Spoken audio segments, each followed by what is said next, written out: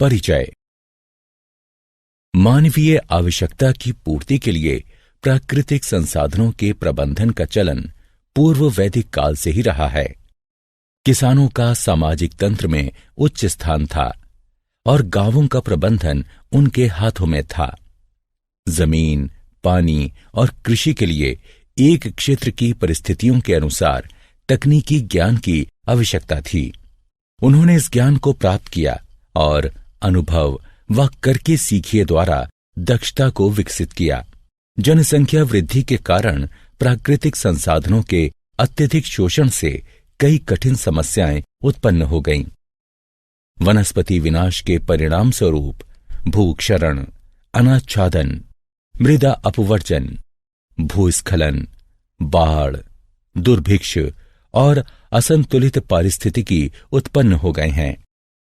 संतुलित पारिस्थितिकी अति आवश्यक है।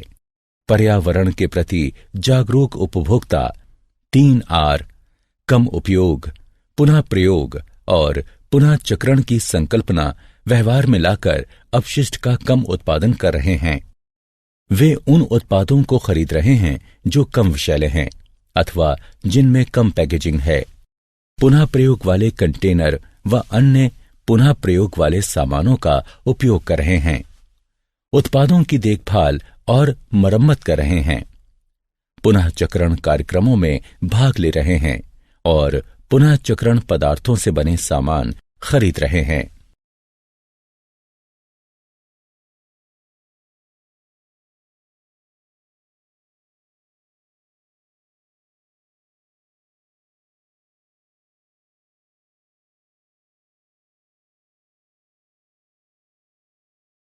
उद्देश्य। इस पाठ के अंत में आप निम्न करने में सक्षम हो जाएंगे। संसाधनों की आवश्यकता बताना, वनों के वितरण, वन्य जीवन और उनके चिरस्थायी प्रबंधन को समझाना, वर्षा जल संचय के तरीकों को बताना, जीवाश्म ईंधन जैसे कोयला और पेट्रोलियम के महत्व को पहचानना।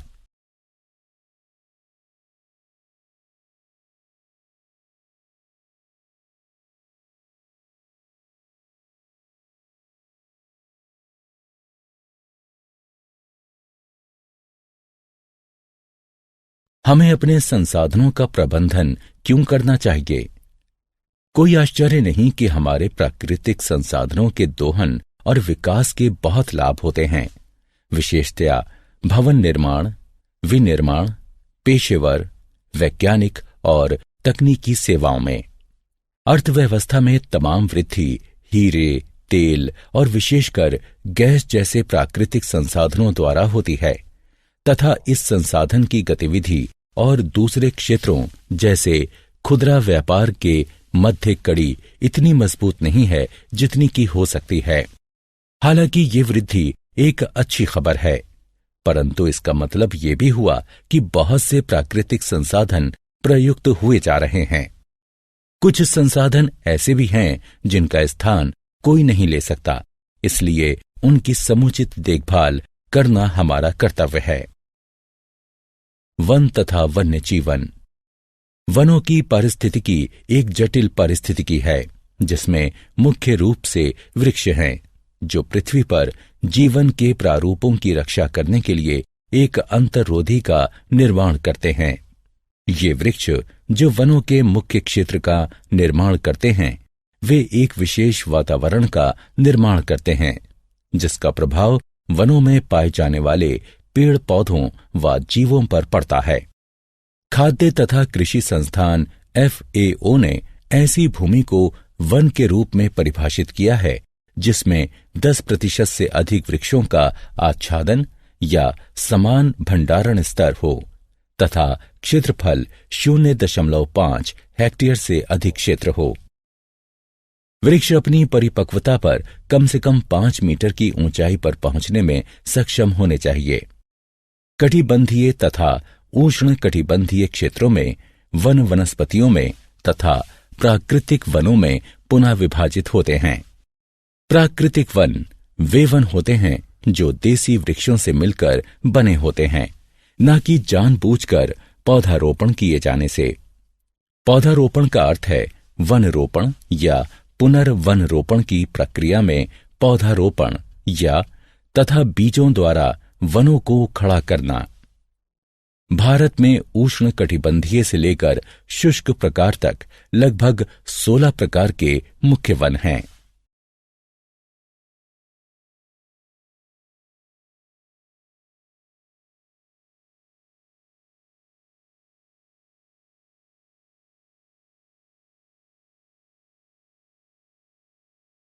जहां कहीं भी सबसे गर्म माह में औसत तापमान लगभग 10 डिग्री सेल्सियस तथा वार्षिक औसत वर्षा लगभग 200 मिलीमीटर होती है, वहां पर वन विकसित हो सकते हैं। ऐसी स्थितियों से ऊपर की स्थितियों वाले किसी भी क्षेत्र में अनगिनत प्रकार की वृक्ष प्रजातियां स्थायी प्रकार के विविध वन समूहों में पाई जाती हैं, जो वहां के पर्यावरण की विशिष्ट स्थितियों द्वारा निर्धारित होती हैं। वन कई प्रकारों में वर्गीकृत हो सकते हैं। इनमें से कुछ हैं टेंगा वन, देवदार तथा फरादी, शंकुधर तथा पर्णपाती वृक्षों वाले मिश्रित समशीतोष्ण वन, उपोष्ण वन तथा भूमध्यवर्ती वर्षावन।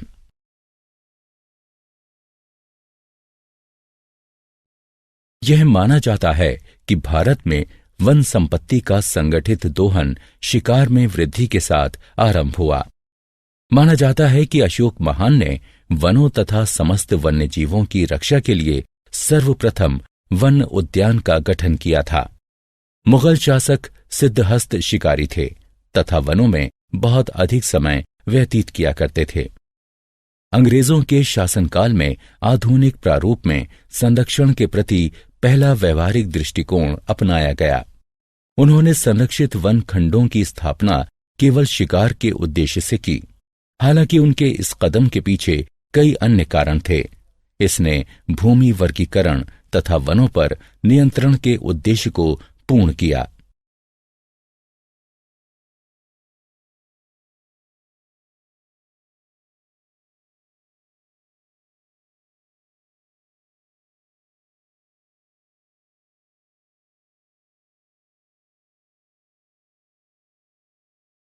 स्थायी प्रबंधन। वन समृद्ध तथा जटिल पारिस्थितिक तंत्र हैं जो जैव विविधता में सहायता करते हैं, मूल्यवान पारिस्थितिकी अनुकूल सेवाएं प्रदान करते हैं तथा इनमें पर्यटन की असीम संभावनाएं होती हैं। विशेष रूप से वस्तुतः लाखों निर्धन व्यक्ति भोजन, जल, ईंधन, वस्त्रों तथा काष्ठ यानी लकड़ी तथा गैर काष्ठ उत्पादों के लिए ही नहीं बल्कि उत्तर जीविता के लिए वनों पर ही निर्भर करते हैं। स्थायित्व अर्जित करने के लिए इस पर पुनर्विचार होना चाहिए, जिसे हम मूल आवश्यकता कहते हैं। हमारे समाज में ये कहना बहुत ही आम है कि हमें एक प्रदत्त संसाधन की आवश्यकता है, लेकिन वस्तुतः हम में से कितनों को इसकी आवश्यकता होती है तथा साथ ही हम ये कैसे निर्धारित करते हैं कि हमारे पारिस्थितिक तंत्र तथा इनमें निवास कर रहे जीवों के लिए क्या मूल आवश्यकता है। यह निर्धारित कर कि क्या चीजें मूल आवश्यकताओं का निर्माण करती हैं, संभवतया हमारे दैनिक जीवन में स्थायी प्रक्रियाओं को अनुकूल बनाने की सबसे बड़ी चुनौती है, क्योंकि आवश्यकताओं की परिभाषा क्षेत्रों से क्षेत्रों, गांवों से गांवों तथा यहां तक कि व्यक्ति से व्यक्ति तक भिन्न होती है। यद्यपि पारिस्थितिकी विशेषज्ञ बहुधा उसके मूल्यांकन के विरुद्ध होते हैं, जिसे अमूल्य माना जाता है, लेकिन लोग वनों के आर्थिक लाभों को न मानते हुए बहस करते हैं। उनकी संरक्षण स्थिति को आंका नहीं जाता है, क्योंकि उनके विविध आर्थिक योगदान अधिकतर अमूल्यांकित तथा जानकारी से परे रह जाते हैं।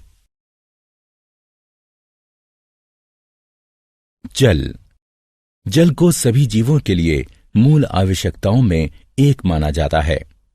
हम सभी जानते हैं कि यह हमें प्रभु का वरदान है। जल की प्राकृतिक रूप से पूर्ति वर्षण द्वारा होती है तथा यह महासागर में प्रवाह वाष्पीकरण तथा भूमि की उपसतह में रिसकर खो जाता है। हालांकि किसी सतही जल तंत्र के लिए वर्षा प्राकृतिक आगत है। तंत्र में जल की कुल मात्रा किसी भी दिए गए समय पर कई कारकों पर निर्भर करती है। इन कारकों में सम्मिलित हैं झीलों में भंडारण, गीले स्थान तथा कृत्रिम जलाशय। इन भंडारण इकाइयों के नीचे मिट्टी की स्थिति, वाटरशेड में भूमि की विशिष्टताएं, वर्षण का समय तथा स्थानीय वाष्पीकरण दर। इनमें से सभी कारक उस जल के अनुपात को भी प्रभावित करते हैं जो महासागर में प्रवाह के माध्यम से वाष्पीकरण तथा भूमि की उपसतह में रिसाव के माध्यम से खो जाता है।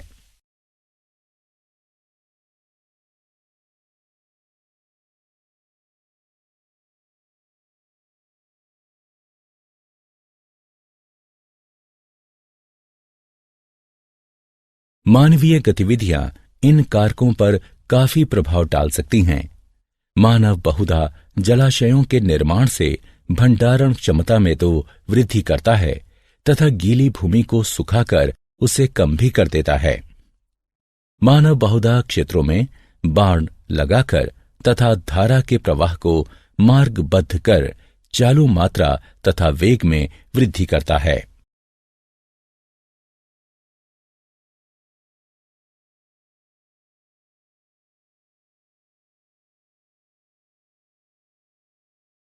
वर्षा जल संचयन। समय के साथ बढ़ती जनसंख्या, बढ़ते औद्योगिकरण तथा विस्तृत कृषि ने जल के लिए मांग में वृद्धि करती है।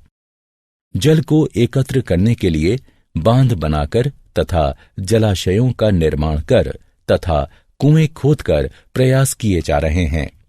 कुछ देशों ने तो जल को पुनः चक्रण तथा लवण मुक्त करने का भी प्रयास किया है।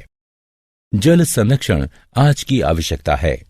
वर्षा जल के संचयन द्वारा भूजल स्तर में वृद्धि का विचार आज कई शहरों में महत्वपूर्ण होता जा रहा है।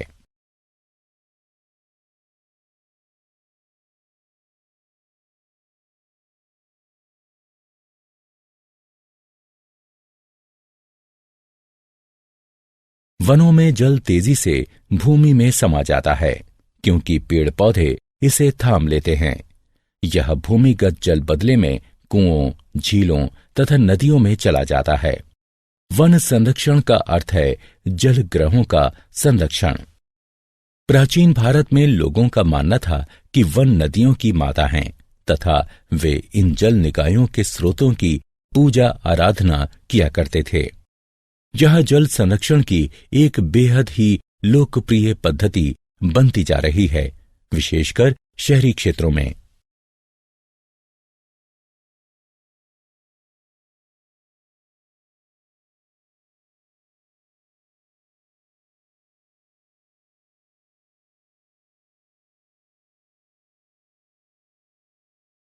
वर्षा जल संचयन से अर्थ है कि वर्षा के जल को भवनों की छतों पर एकत्र करना तथा इसे भूमि के नीचे बाद में प्रयोग के लिए भंडारित करना। यह न केवल भूमिगत जल के क्षरण को कम करता है बल्कि साथ ही कम होती जल तालिका में वृद्धि करता है तथा निरंतर जलापूर्ति में सहायता कर सकता है। वर्षा जल संचयन तथा कृत्रिम रिचार्जिंग आज बहुत ही महत्वपूर्ण मामले बनते जा रहे हैं। भूमिगत जल के स्तर में कमी व सागर के जल की प्रगति को रोकना अर्थात सागर के जल को भूमि की ओर आने से रोकना व वर्षा के मौसम के दौरान जल सतही जल का संरक्षण अत्यंत ही आवश्यक है।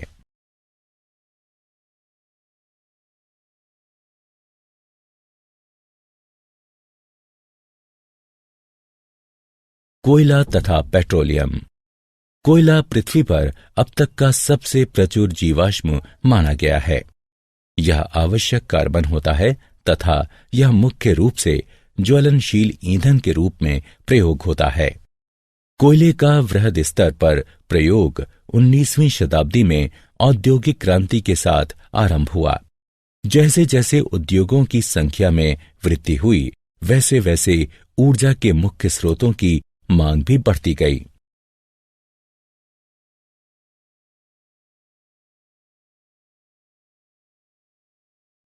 कोयला पौधों का उत्पाद है, मुख्यतः उन वृक्षों का जो कई हजारों वर्ष पूर्व मृत हुए थे।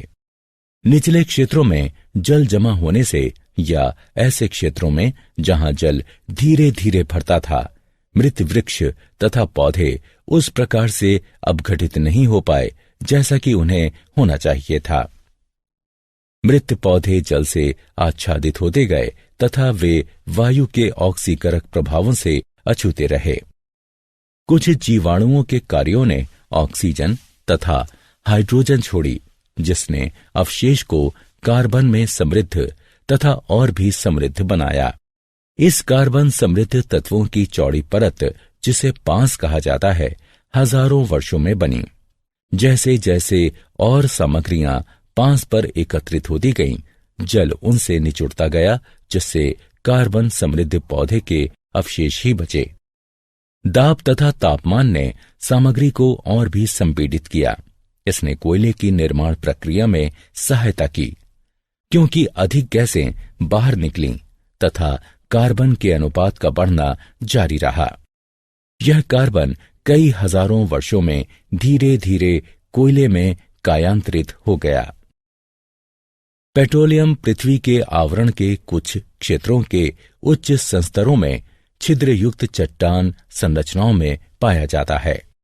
पेट्रोलियम के ज्ञात संरक्षणों का अनुमान लगभग 1.2 ट्रिलियन बैरल माना जाता है, जबकि एक अनुमान के अनुसार यह 3.74 ट्रिलियन बैरल है। इस समय इसकी खपत लगभग 84 मिलियन बैरल प्रतिदिन अथवा 31 बिलियन बैरल प्रतिवर्ष है। जलाशयों की अभियांत्रिकी समस्याओं की वजह से प्राप्त किया जाने वाला तेल भंडार प्लेट में तेल की तुलना में काफी कम है। वर्तमान में खपत के स्तर को देखते हुए यह भंडार 32 वर्षों उपरांत लगभग 2039 में समाप्त हो जाएगा। हालांकि ये नई खोजों, मांग में बदलाव, बेहतर तकनीक, जनसंख्या प्रगति, तीसरी दुनिया के देशों में औद्योगिकरण तथा अन्य कारकों की अनदेखी करता है। यद्यपि आने वाले वर्षों में तेल के ही ऊर्जा के मुख्य स्रोत रहने का अनुमान है, वहीं ऊर्जा विकास के अन्य विकल्प जैसे सौर ऊर्जा, पवन ऊर्जा, ब्यूटेनॉल, इथेनॉल, फोटोवोल्टिक, परमाणु ऊर्जा, हाइड्रोजन या तैलीय पत्थरों से तेल या तैलीय रेत से तेल वृद्धि कर सकते हैं। चीन एवं भारत जैसे विकासशील देश जो क्योटो प्रोटोकॉल से बाहर हैं, इनमें प्रचुरता के कारण कोयले के उपयोग में वृद्धि हो सकती है। 3R अर्थात कम उपयोग, पुनः प्रयोग तथा पुनः चक्रण। व्यर्थ की खरीदारी न कर अनावश्यक अपशिष्टों को कम करना। वे वस्तुएं जो कभी कभी ही प्रयोग की जाती हैं, उन्हें या तो किसी से उधार लिया जा सकता है या किसी अन्य के साथ साझा किया जा सकता है। कैन के स्थान पर बोतल खरीदें तथा दोबारा चार्ज होने वाली बैटरी खरीदें। उन वस्तुओं को पुनः प्रयोग करें जिन्हें आप बहुधा खराब मान लेते हैं। कभी कभी ये अन्य उद्देश्यों की भी पूर्ति करती है। वस्तुओं को फेंकने के स्थान पर उन्हें किसी अन्य कार्य में प्रयोग कर आप अपशिष्टों को कम कर सकते हैं। कागज तथा लिफाफों को नोट लिखने के लिए फालतू कागज के रूप में प्रयोग किया जा सकता है। अपने उन व्यर्थ उत्पादों का पुनः चक्रण करें जिनसे आप कुछ ऊर्जा संरक्षित कर सकते हैं। सुनिश्चित करें कि आपके घर में कूड़ेदान हो। इसे एक ऐसे स्थान पर रखें कि आप इसका प्रयोग करना भूलें नहीं। सारांश। आइए हमने जो कुछ सीखा है उसे संक्षेप में दोहराएं। किसी भी अर्थव्यवस्था की अधिकतर प्रगति प्राकृतिक संसाधनों जैसे कि कोयला, तेल व गैस आदि से आती है। वन एक जटिल पारिस्थितिकी है जिसमें अधिकतर वृक्ष होते हैं जो जीवन के प्रारूपों की रक्षा करने के लिए एक अंतर्रोधी का निर्माण करते हैं। खाद्य तथा कृषि संस्थान FAO ने ऐसी भूमि को वन के रूप में परिभाषित किया है जिसमें 10% से अधिक वृक्षों का आच्छादन या समान भंडारण स्तर हो तथा क्षेत्रफल 0.5 हेक्टेयर से अधिक क्षेत्र हो। उपोष्ण तथा उष्ण कटिबंधीय क्षेत्रों में वन वनस्पतियों तथा प्राकृतिक वनों में उपविभाजित होते हैं। अशोक महान ने वनों तथा समस्त वन्य जीवों की रक्षा के लिए सर्वप्रथम वन उद्यान का गठन किया था। अंग्रेजों ने संरक्षित वन खंडों की स्थापना केवल शिकार के उद्देश्य से की। जल की प्राकृतिक रूप से पूर्ति वर्षण द्वारा होती है तथा यह महासागर में प्रवाह, वाष्पीकरण तथा भूमि की उपसतह में रिसाव के माध्यम से खो जाता है। वर्षा जल संचयन से अर्थ है कि वर्षा के जल को भवनों की छतों पर एकत्र करना तथा इसे भूमि के नीचे बाद में प्रयोग के लिए भंडारित करना। कोयला पौधों का उत्पाद होता है, मुख्यतः उन वृक्षों का जो कई हजारों वर्ष पूर्व मृत हो गए थे।